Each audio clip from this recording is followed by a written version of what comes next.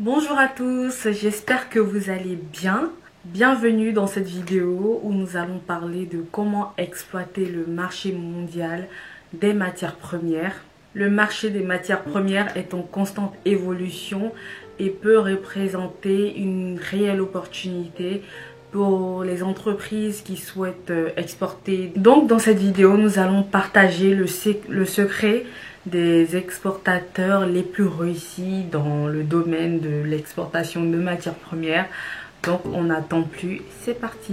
Premièrement, il est important de connaître le marché cible, c'est-à-dire rechercher les tendances du marché, être à l'affût de l'actualité. Tout ce qui est comprendre les tendances actuelles et à venir, les prix, les demandes, la demande, l'offre, les concurrents. Donc tout ça est important pour connaître son marché. Et lorsque vous allez connaître votre marché, il sera plus facile pour vous de cibler vos exportations. Vous pouvez trouver ces informations sur des sites, des documentations qui se trouvent sur internet. Donc c'est ouvert à tout le monde, je pense. Et vous pouvez voir l'actualité du marché que vous voulez toucher. Il est aussi important d'analyser les concurrents. Voilà, qu'est-ce que font vos concurrents? Est-ce que ces matières premières que vous voulez exporter, il y a beaucoup de personnes qui le font ou il y a peu de personnes? Voilà, comme ça vous pourrez voir vos forces, vos faiblesses et comment justement conquérir ce marché et vous faire beaucoup d'argent. Et ensuite, identifier les partenaires potentiels. Quels sont les partenaires potentiels? Ça peut être des distributeurs, des importateurs, donc ils peuvent promouvoir vos produits ou même les vendre pour vous. Vous leur donnerez une marge et je pense qu'ils vendront plus rapidement peut-être. Donc identifier les partenaires, ceux avec qui vous avez envie de travailler, c'est très important. Et peut-être ces partenaires-là s'y connaissent mieux que vous en réglementation, donc ils pourront vous aider à distribuer vos produits. Deuxièmement, il est important de se concentrer sur la qualité des matières premières. Qu'est-ce que vous voulez exporter? Ça, on sait. Maintenant, la qualité. Est-ce que c'est de bonne qualité? Donc, il faut que ça réponde vraiment aux besoins du client, mais pas que. Il faut que ça soit de qualité. Les matières premières sont souvent utilisées dans des produits industriels. Donc, c'est important que ça soit de bonne qualité pour que les clients soient satisfaits. Donc cela peut inclure des inspections de qualité ou même avoir des certificats de qualité. C'est rassurant, ça rassure le client et aussi ça fidélise le client. L'inspection de qualité, c'est un processus qui permet de vérifier si vos matières premières sont bien en accord avec les exigences de ce produit. C'est très important pour avoir une bonne notoriété parce que imaginez, vous exportez votre produit et ensuite les clients ils achètent et ils voient que c'est pas de bonne qualité, ils vont plus jamais acheter chez vous. Et sachez que les critiques négatives se partagent et se propagent 10 fois plus rapidement que les critiques positives. Donc si une personne dit cette marque là elle est pas de bonne qualité, l'autre va dire à l'autre, t'as acheté ça? Non, c'est pas bon, n'achète pas ça. Et au final, vous n'allez pas être avantagé sur ce point. Donc, s'il vous plaît, vérifiez la qualité de vos produits. Si vous pouvez vous procurer un certificat de qualité, ça aussi c'est rassurant. Mais je ne sais pas si c'est obligatoire ou pas, mais le certificat de qualité sera très important pour vous, pour avoir une bonne image et aussi préserver la santé de vos produits et de vos clients. Il existe différents types de certificats de qualité, donc les certificats d'analyse, de conformité, d'inspection.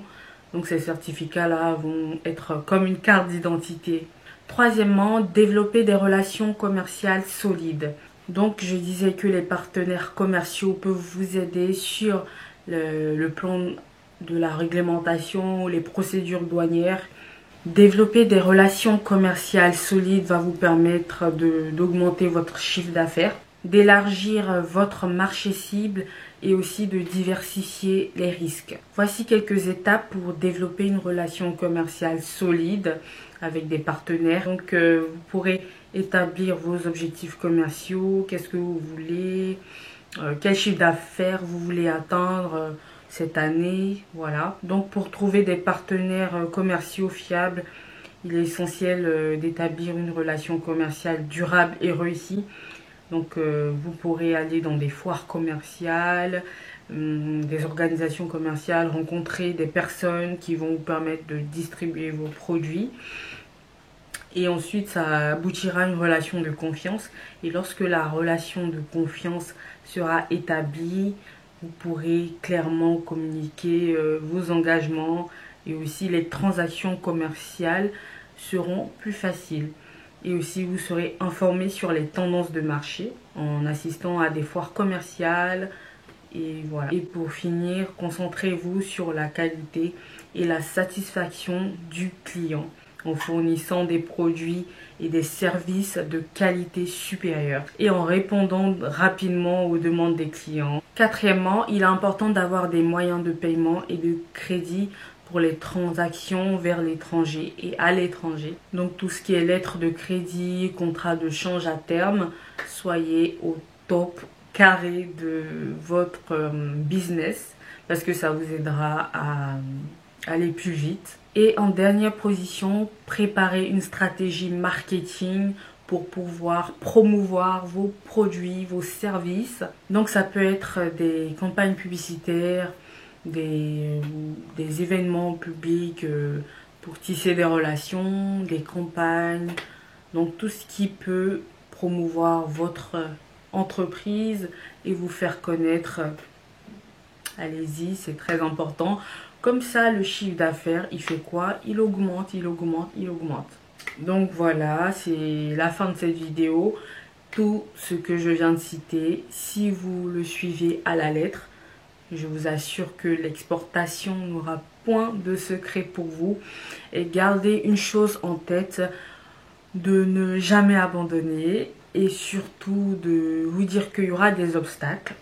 Il y a toujours des obstacles à tout moment de nos vies. Donc, c'est important de les jauger, de les jongler.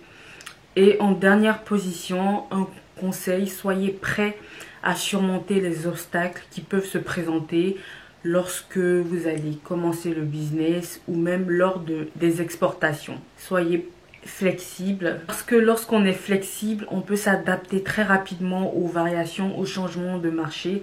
Et c'est là où vous ferez la différence. N'ayez pas peur, ne lâchez rien parce que tout est au bout du fil. Vous allez voir les résultats et vous serez content. C'est la fin de cette vidéo. Je vous remercie d'avoir regardé. N'oubliez pas de vous abonner et de laisser un like. Et commenter aussi si vous voulez partager votre expérience. Et on se retrouve très rapidement pour une nouvelle vidéo. Bye!